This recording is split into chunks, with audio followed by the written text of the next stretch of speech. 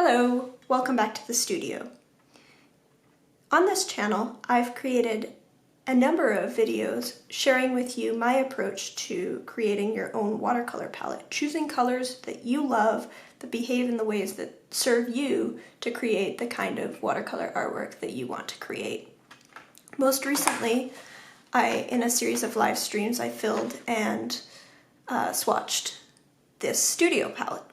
I'll leave a link up above for the links to those live streams, and a link down in the description for my blog post outlining what my final selections were.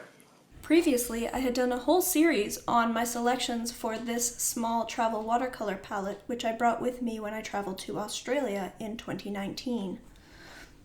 So I think it's clear that my personal preference is for building my own watercolor palette from colors that I choose myself from open stock.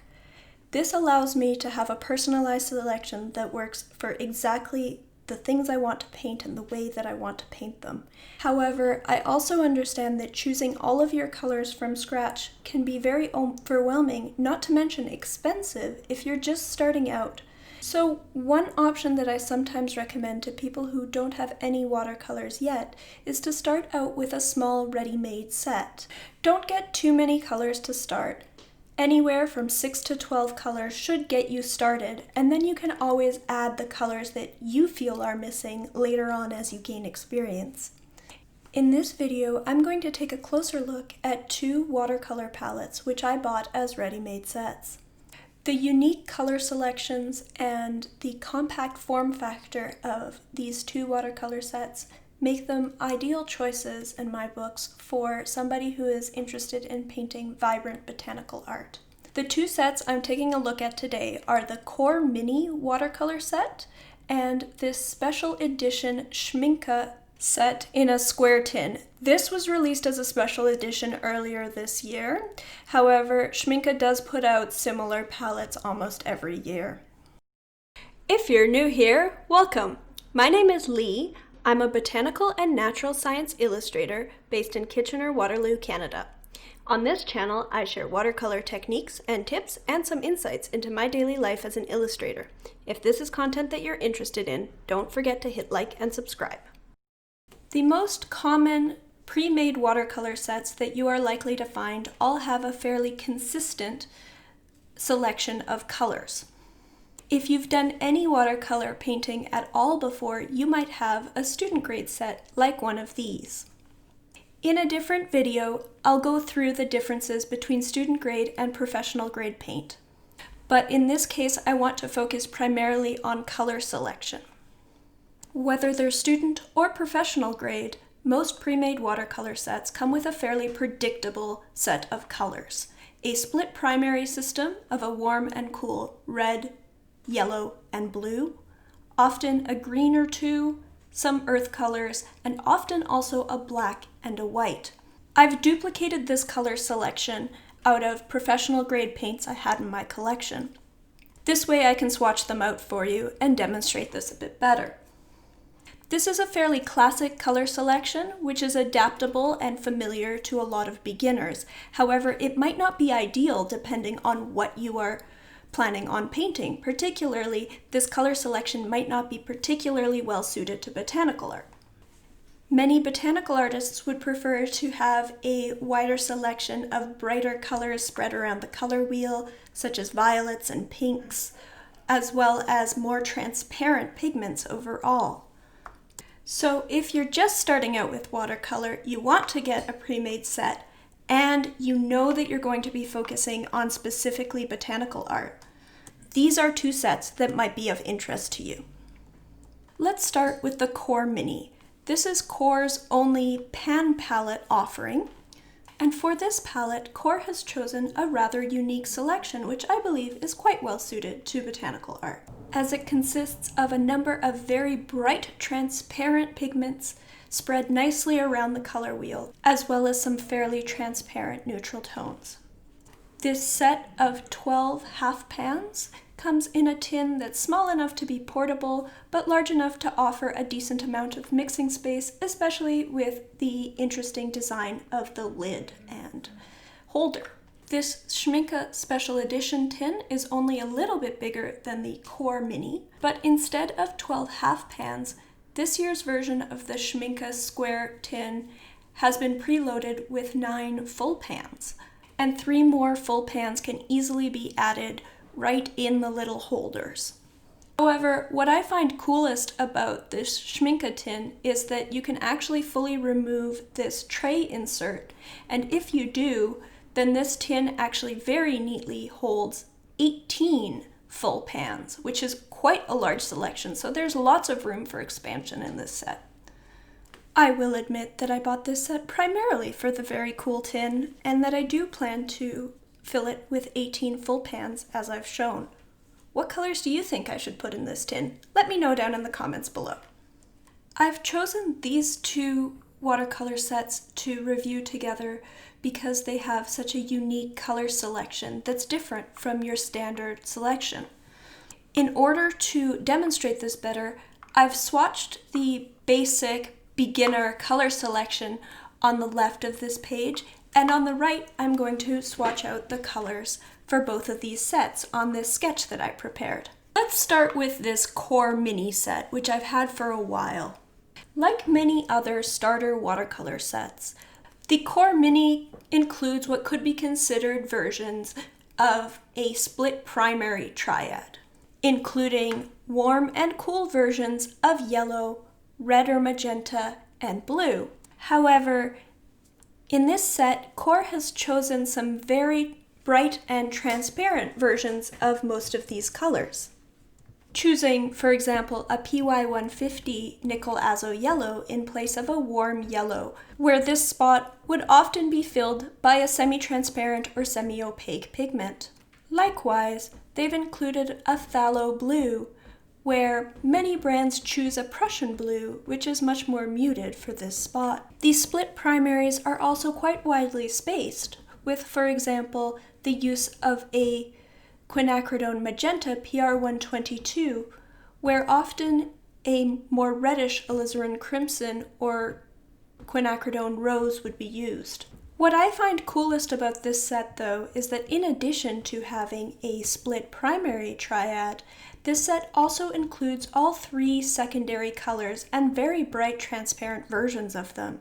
This set of 12 is neatly rounded out with 2 interesting earth colors and a deep, dark color, Payne's Gray. The 12 colors included in the QoR Mini are cadmium yellow primrose, PY35, nickel azo yellow, PY150, transparent pyrrole orange, PO71, pyrrole red medium, PR254, quinacridone magenta, PR122, dioxazine purple, PV23, ultramarine blue, PB29, phthalo blue green shade, PB15:3, sap green, which is made with a mix of 3 pigments, PG36, PR101, and PY150, Payne's Gray, made with PB15:3, PBK7, and PV19, transparent brown oxide, made with PR101, and burnt umber natural, made with PBR7. Overall, this selection of bright, transparent colors makes for a very flexible and fun to work with selection of colors. I would warn that QoR paint has what's described as a very whooshing behavior, where it spreads across the page due to the synthetic oxgall that is used. So as a paint brand, it might be a little bit difficult to adjust to, particularly if you're used to other watercolor paints. However, I do think that this color selection is really well suited to a starter palette for somebody who is interested in botanical art.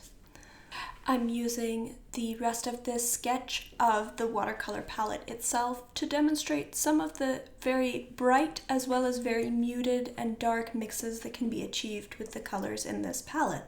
I'm also quite deliberately using an old, large, fluffy brush as well as a lot of water to show some of the whooshing and spreading behavior of this paint. I love testing out my materials by sketching whatever's around me, including sketches of the materials themselves. I find this is a nice, relaxing, and playful way to experiment with my materials without feeling the pressure of creating a very polished product. The color selection in this Schmincke 2020 Special Edition tin is, if anything, even more unique than the QoR Mini I just looked over. Foregoing a larger selection of different colors in favor of 9 large full pans, for this set, Schmincke has opted against the more common split primary system with warm and cool yellows, reds, and blues, instead opting for a simple triad of cyan, magenta, and yellow. The CMY triad, of course, is something that you might be familiar with from the inks in your printer. The mixes of cyan, magenta, and yellow produce the largest visible gamut range of any 3 color choices you could choose. Schmincke has rounded out this set with a selection of 3 somewhat muted, interesting secondary colors, a purple, a green, and an orange, as well as 3 dark tones, a perylene green, a perylene violet, and a neutral tint. Choosing this Schmincke Special Edition set as your first watercolor palette would sort of throw you in the deep end in terms of learning color theory, as there are no earth tones and the secondary colors fall within the limited gamut created by the cyan, magenta, and yellow. However, I still feel like this would be a very useful and competent palette for using for creating botanical art, as the cyan, magenta, yellow triad does mix a very wide gamut of bright, transparent colors. The 9 colors included in the Schmincke Special Edition set are lemon yellow PY3, magenta PV42, heliocerulean PB15:3, ultramarine violet, made with a mix of PV15 and PB29, permanent green olive, made with a mix of PO62 and PG7, Saturn red, made with PO64, perylene violet, made with PV29, Payne's gray bluish, made with PBK6, PB15:6, and PB15:2, and finally perylene green, made with PBK31. While I did find this selection very fun to paint with, I do want to put a few caveats before recommending these colors. The first one is that this color selection has some, how shall we say, questionable choices in terms of light fastness. First is the inclusion of lemon yellow, made with PY3. While I do enjoy the handling of this paint compared to other lemon yellow pigments, PY3 is not considered a very light fast pigment. Additionally, magenta, made with PV42, while fairly light fast, is one of the less light fast quinacridone pigments. Finally, Saturn red, made with PO64, is widely considered to be a light fast pigment. However, I've been notified by Kimberly Crick of Kimberly Crick Art that Saturn red has, according to her tests, tested as not light fast across several brands. So just be aware of that, that there are several pigments in here that aren't the best light fastness that's available out of any pigments in that color class. The other thing that I would like to note is that these choices of ultramarine violet, permanent green olive, and Saturn red are all fairly opaque, textured paints, which doesn't give you the biggest range if you're particularly interested in the glazing properties that you would see in botanical art. So even though I like the idea of having primary and secondary colors, I'm not sure that I particularly like this particular choice of pigments. However, I am absolutely delighted to see the duo of Perylene Violet and Perylene Green showing up in a palette like this. This is one of my favorite combinations of pigments to use together. They mix together to make a very dark, almost black, and also can be used to mix with other colors to create darker, more moodier versions of all sorts of different colors around the color wheel. Once again, I'm using the sketch of the Schmincke palette to test out some of the mixes that I can make with the color selection from this set right on the sketch itself. And now I'd really like to hear from you. Are these two sets the sorts of color selections that you would like to see in a beginner palette? If so, let me know down in the comments below which one of these two you prefer. If not, do you prefer the more classical color selection that I showed earlier in the video?